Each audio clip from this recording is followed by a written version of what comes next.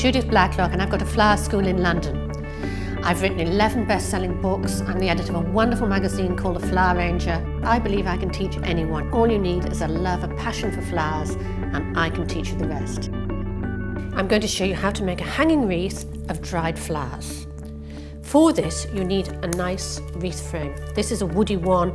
It's very old. I keep using it because the lovely textures that there are incorporated and the colours as well.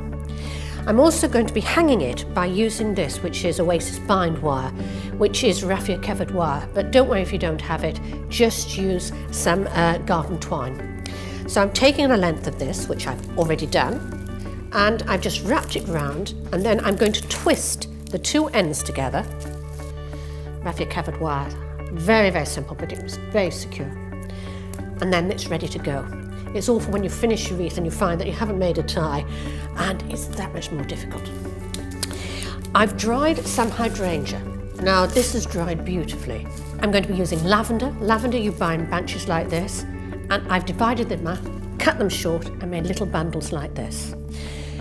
Apple slices you can create yourself or you can buy them. And I've wired the two together, and I'm just going to show you how to do that.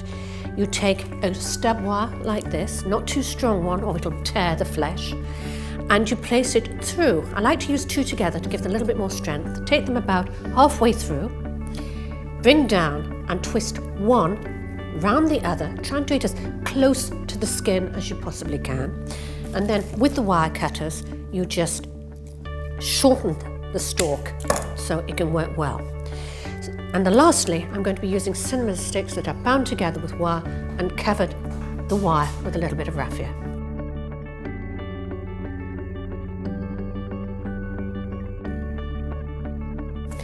And I'm just going to place this and tuck these ends through into the wreath. This is hydrangea, very, very easy to grow in gardens and are one of the best flowers for drying. So placing these at intervals round the wreath, just placing them in like that. So I've placed all my hydrangea in and regularly round the ring. I haven't glued it at this point because I might want to adjust it later, but I've got my glue gun ready, my hot glue gun ready, so that I can add a dab of blue at the base, and that makes them very secure. So if you can see that this is the point so far. I'm now going to add my apple slices, which I have wired, and tuck them in through the weave, but they give a lovely contrast, a cleanliness, a brightness. You have to be careful when working with dried flowers that it doesn't look too dull and dead. And another thing with dried flowers, people should remember that they're not there for life. They're long-lasting, but they do get dusty, they do get tired, the colour fades, and that's why it's time to start again and create new designs.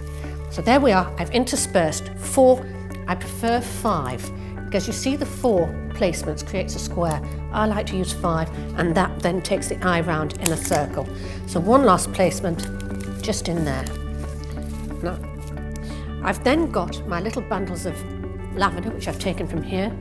I've made them into this, tied them with raffia, and then just simply cut them to length. And then we're going to place them through like that. Now they can be wired in place like so, or they can be glued. So I've put the lavender in, it's got the most gorgeous smell, it permeates throughout the room. And just be careful when you're adding your bits and pieces, you do need some around the sides, because especially if it's on a door that opens and closes, you will see the sides. So make sure that you've got some interest coming down the sides. And then, with the cinnamon sticks, which is my final element to add, make sure that if you've got the 2 wires, that they are level. Then they will go in much more easily. And then you just place this through, perhaps a little bit too long. Avoid using the scissors. Try and use the wire cutters, and then you won't blunt your scissors. And then just place those in there to give a different dimension, to add just a different angle to what you're doing. And I'm going to take 5 through here. That one just a little bit long. Wire cutters, cut. 1, 2, 3, 4, 5.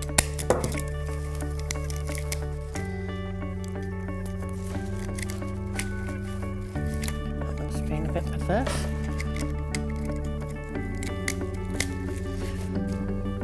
Then our last one, cut that, and a little bit more, and then 1, 2, 3, 4. Let's pop the 5th one in there, and then there. And then I can wire it in if I feel anything's not quite secure. So if I hold that up for you to see, it's just one example. There are many things you can do with dried flowers to make a lovely wreath for hanging on the door.